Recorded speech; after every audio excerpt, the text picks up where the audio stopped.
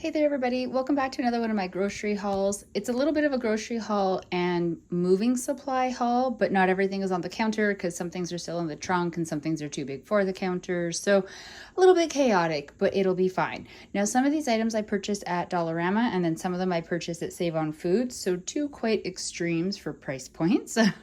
I find Save On Foods one of the more expensive grocery stores, but I was in a different area than normal for me because I was running an errand and dropping something off at a friend's mom's place.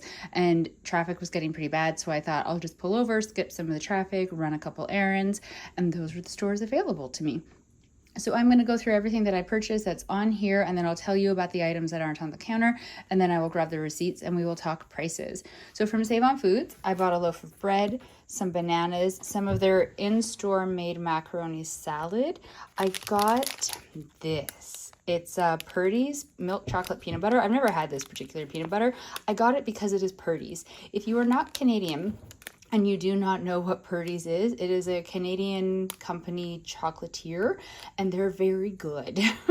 They have never sold in like grocery stores before. They've only ever sold at their specific locations for like over 100 years. They've been like that, but they've just decided to branch out and sell a small selection of items in Save On Foods to kind of see how it goes. And apparently if it goes well, then they might branch out into other retailers.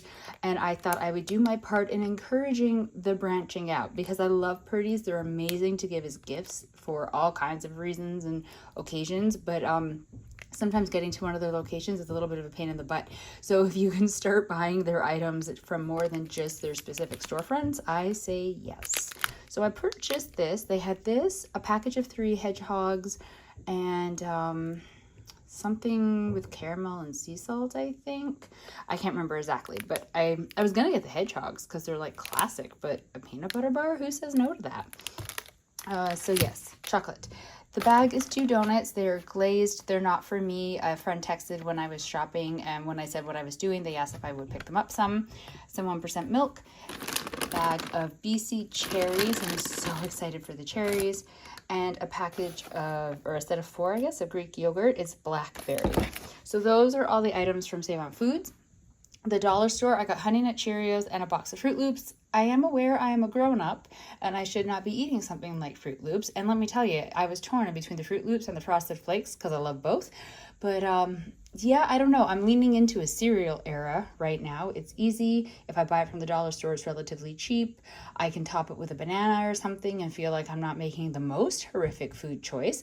And yeah, what can I say? Those are kind of my only reasons for it. I purchased a package of rice. I usually get this from like a grocery store when they have it on a sale. They usually do like a 3 packages for $7 or something like that. But they also have it at the dollar store for, I can't remember how much it was per package. We'll find out when we get the receipt. They only had this particular flavor though, the broccoli and cheddar cheese. So I just picked up the one. I do actually have regular white rice. It's just a matter of remembering to cook it in advance so I have it ready when I need it. I'm trying this. I have no idea if it'll be any good or not. I find dollar store food a little bit of a hit and miss, but I don't know. I mean, might as well give it a try, right? And then I purchased, this is for moving supplies. I needed a new black marker because the one that I'm using to write on the labels for the boxes is very much dying. And these little like zip tie things. Some of the boxes that I'm using are like these really heavy duty stackable interlocking lid bins. I don't really know how to describe them other than that. And they have holes at the end to use zip ties to close them up. And I didn't have any zip ties. So I've been taping them just to sort of for peace of mind so that they're a little bit harder to open than just lifting up the lid panel. But yeah, then I saw these and I don't have that many of the bins. So the smaller package of 50 will be plenty for me. And it'll just give me that, like I said, that little bit extra for like peace of mind that they are secure. My items in there are secure. Now I also did buy from the dollar store a large jug of vinegar that is specifically to be dealing with the mold situation in my apartment.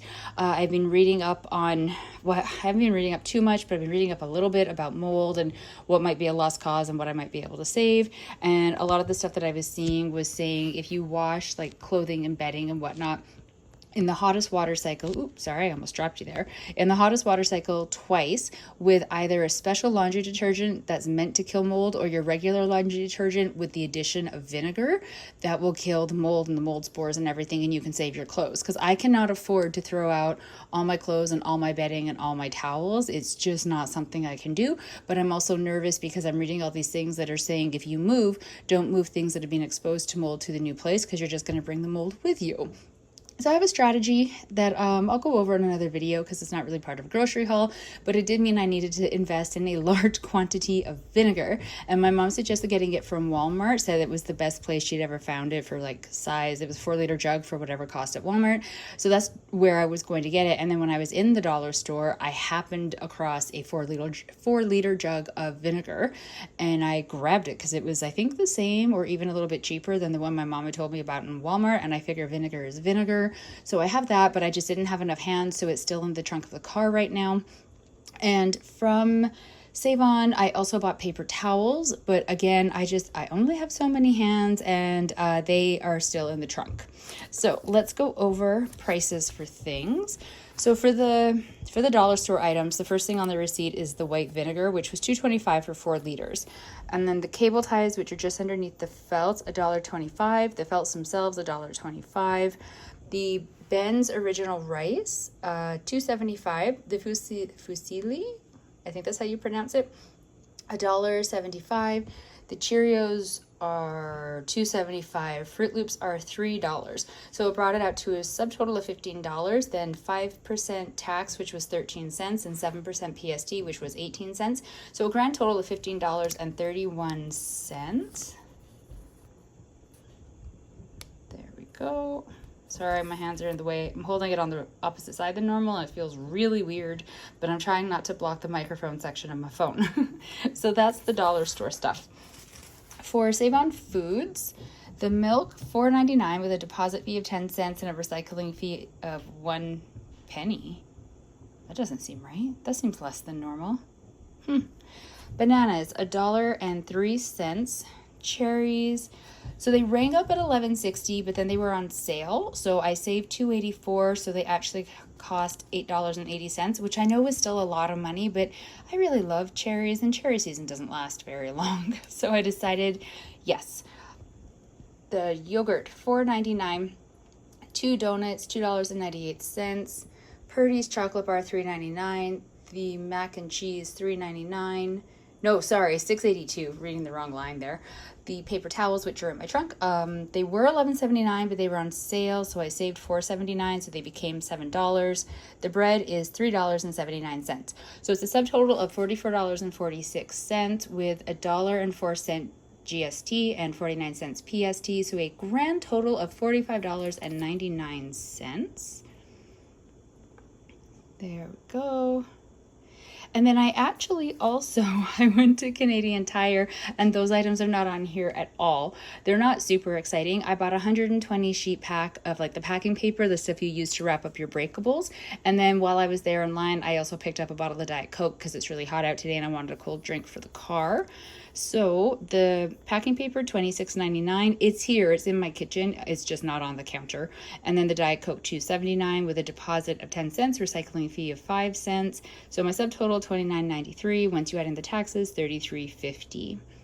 So that is everything that I purchased today. I'm going to have to remember which items are for moving and then which items are from groceries and actually split the bills up. I haven't been very good at tracking the moving expenses and actually pulling the money out from my moving savings to like pay for those things. Does that make any sense? I think it does. I did make sure at which one? Canadian Tire.